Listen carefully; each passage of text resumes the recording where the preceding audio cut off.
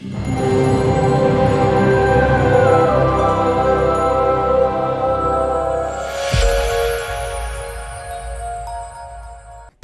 and blessings, you ugly mofos, and welcome to another episode of He Rants. I am your host, Felix Long Trousers. We got another Reddit reaction, man. Let's not waste no more time. Let's get right into it. People who have had to kill in self-defense. What happened? Back in 1995, I lived in a quiet neighborhood in the San Francisco East Bay with my wife of a few years and our 20-month-old daughter. We had a small 3-bedroom, 2-story house, and one of our second-floor bedrooms doubled as my home office. One quiet Saturday morning, I was in my office playing Command and Conquer on my computer with my headphones on, oblivious to the sounds of the outside world. I'd probably been playing for an hour or so when, during one particularly quiet moment, I faintly heard my wife cry out downstairs. Knowing that she was down there with our daughter, I pulled my headphones off to see if she needed help with anything. Until the day I take my last breath, I'll never forget what I heard when I pulled them off. I heard the voice of a man, with a thick Mexican accent, shout, "Quit yelling, bitch, or I'll effing cut your head off and F your effing daughter." My daughter... Whoa, with a thick Mexican accent. That would have got me even more scared. Like, man, does he want some Latino heat? I'm sorry, guys. This is a serious moment. Let's keep playing. Was crying hysterically. After that, it was like some switch was thrown in me and my higher brain just shut off. I wasn't making decisions. I just acted. I don't even remember pulling the .45 from the lockbox in my desk. I just remember walking down the stairs slowly, scared as hell that I was going to see my wife dead when I reached the bottom. Instead, when I reached the bottom, I saw my wife half naked, bent over the couch, bleeding from somewhere in her upper body, while being sexually abused from behind by some burly guy with a knife in his hand. He wasn't trying to sexually abuse her. He was in the middle of the deed and was probably nearing climax. I never said a word to the guy. Not while I was upstairs, not while I was coming down the stairs, and not when I walked into the room. His back was to me, so he had no idea I was even standing there. He was holding his knife in his right hand, so that was the arm I grabbed with my left when I pulled him off. He spun away from her and me with a confused look on his face, and I shot him square in the chest at nearly point blank range before he had a chance to say a single word. Good stuff right there. Good stuff right there. The guy is savage, bro. Like, the guy didn't even look around the house and make sure anybody was there. The guy felt real confident in his dastardly deeds. You know what I'm saying? Very, very scary stuff. I can only imagine I'm coming downstairs and I'm seeing that my wife is being abused in that type of manner, son. I don't know what I would do. Actually, I'd probably do the exact same thing he did. Except, yeah, I would have done the exact same thing he did. I would have emptied the clip, though. I'm like, I finally have a reason to use this. And, yeah, boom, boom, boom. Blasting him. You feel me? Maybe, maybe shoot his penis. You know what I mean? Shoot his penis first.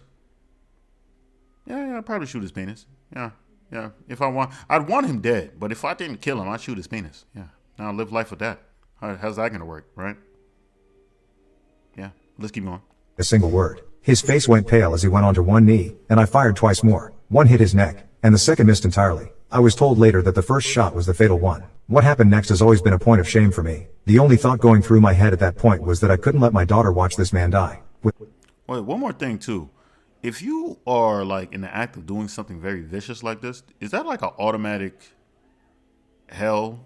Like, do you automatically get sent to hell in that situation? It's like, oh, boom, well, you were doing such a crazy deed right before you died. You just, boom. The devil just like excited or something like that. I'm not sure. Let's keep going.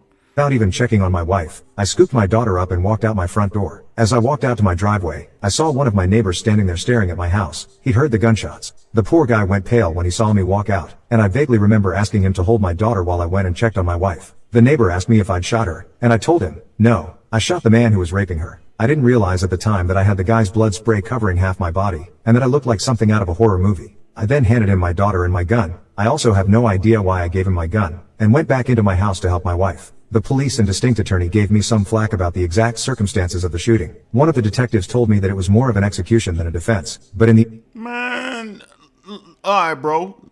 Let somebody come in here and try to sexually assault your wife, bro. Let somebody come up to your crib and let me see what you're gonna do. Talking about, oh, this is my execution more than self-defense. Man, you don't shut the hell up, bro. Emotions are going crazy right now, man.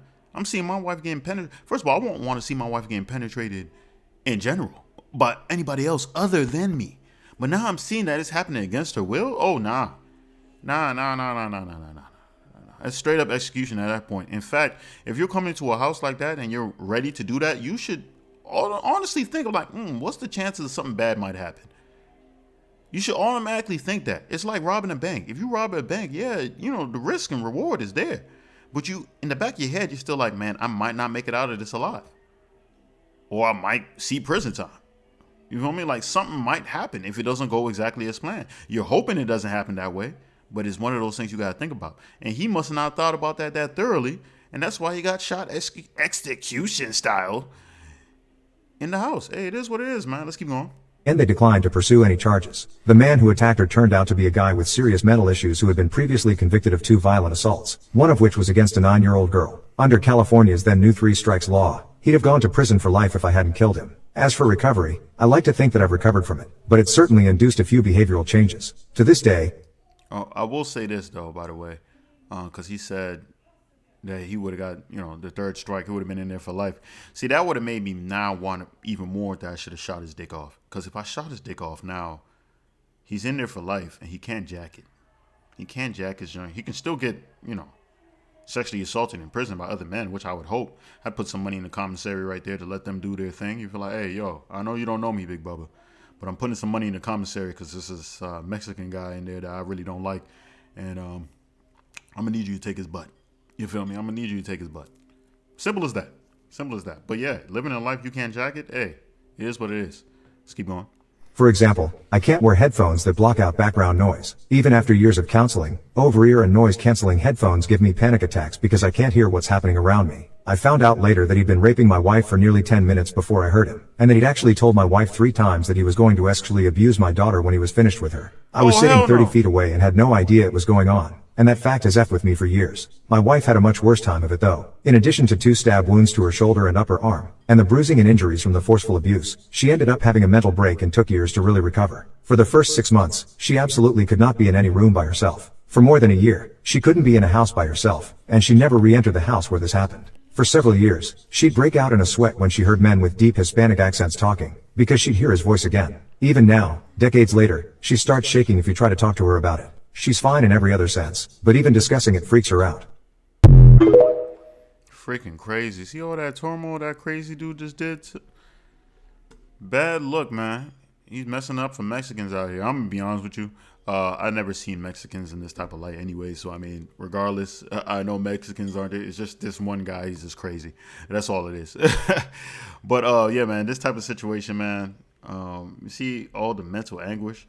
How's this guy been charged 2 times prior, but then still was out to be, I guess, how much time did he get charged with? Did he get sentenced with? I'm so confused, especially for the 9-year-old child one. That one was like really OC. I'm like, okay, I would think that you do heavy time for that, but clearly I must be mistaken. But there's a lot of things in this situation, man. Like I can only imagine. The guy must have had mental issues, man, especially if he's saying that he was going to do the daughter. After I hear all that, too, I'm like, hey, I made the right choice.